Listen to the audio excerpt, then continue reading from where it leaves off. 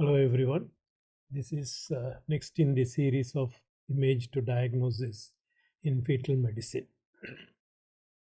This is a fetus at 23 weeks of gestation, and as you see, polyhydramnios is obvious, and no other uh, no anomaly to explain polyhydramnios was detected. So, is it idiopathic polyhydramnios? And stomach also is seen. So, is it idiopathic polyhydramnios, or your search for the cause ends here? If you want to see the workup of this fetus, please log on to sonoshad.in and see this case of image to diagnosis in fetal medicine, a scenario of polyhydramnios first. Thank you.